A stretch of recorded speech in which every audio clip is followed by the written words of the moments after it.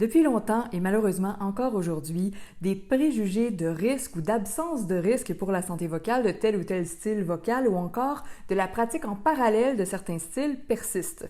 Faisons la lumière là-dessus et mettons-nous à jour.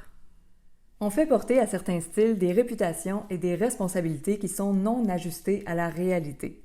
Vous en avez probablement déjà entendu de ces phrases qui sont généralement déclamées avec beaucoup d'assurance, comme par exemple « chanter de la gorge, ça ruine une voix ». On sous-entend bien sûr des plis vocaux épais ici. Ou encore, vaut mieux pour la santé vocale débuter par le chant classique avant de passer à d'autres styles parce que ça place mieux la voix. Ou encore, quand on chante du lyrique, il vaut mieux s'abstenir de chanter d'autres styles, surtout en ce qui concerne le registre plus populaire, parce que c'est risqué et ça peut défaire le placement de notre voix. Tout autre style autre que le chant classique est risqué, dangereux et bien d'autres avertissements comme ceux-là qui ont encore des adeptes. Voyons ce qu'il en est vraiment. Lançons-nous dans le vif du sujet immédiatement et sans détour. Le style n'a rien à voir avec un indice de risque ou de dangerosité. Point. La façon dont je m'y prends pour le produire, toutefois, tout à fait. Je peux avoir une santé vocale exceptionnelle avec tous les styles, comme je peux me fatiguer et me blesser avec tous les styles.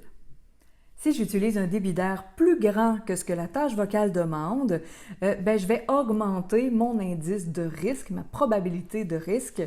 Et ça, peu importe si je chante du classique, du belting intense, de l'opéra, du jazz, du rock, du lyrique, etc., etc.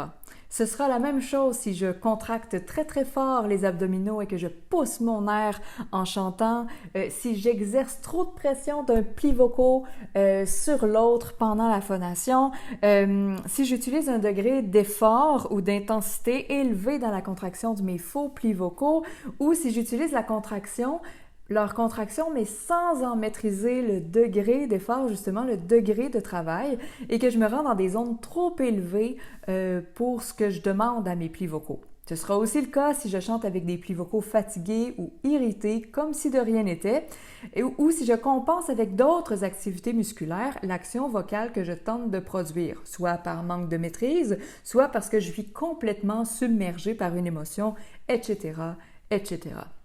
Bref, je peux chanter de façon saine tous les styles et je peux chanter ou parler, d'ailleurs, ça s'applique aussi de façon moins saine ou carrément risquée, tous les styles également. Je propose donc que l'on cesse d'accuser ou de louanger certains styles en ce qui concerne la santé vocale. Que l'on cesse aussi de polariser notre instrument. On a la chance de pouvoir travailler, le privilège même de pouvoir travailler, créer avec un instrument tellement polyvalent.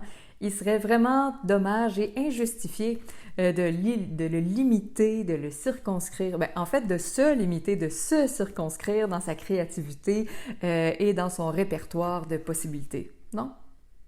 Concentrons-nous plutôt sur la qualité de notre production vocale, sur la connaissance et la maîtrise de notre instrument, sur ce que nous faisons avec nous-mêmes pendant que nous chantons, sur tous les choix artistiques à notre disposition. Il y en a tellement.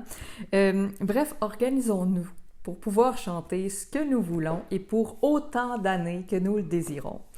Et ça, c'est notre spécialité au Gym Vocal. Ça nous fait toujours plaisir de vous accueillir et de vous accompagner dans votre parcours. Au plaisir! Vous trouverez juste en dessous un réchauffement vocal gratuit et un défi 4 jours pour améliorer un passage vocal difficile, gratuit aussi. N'hésitez pas!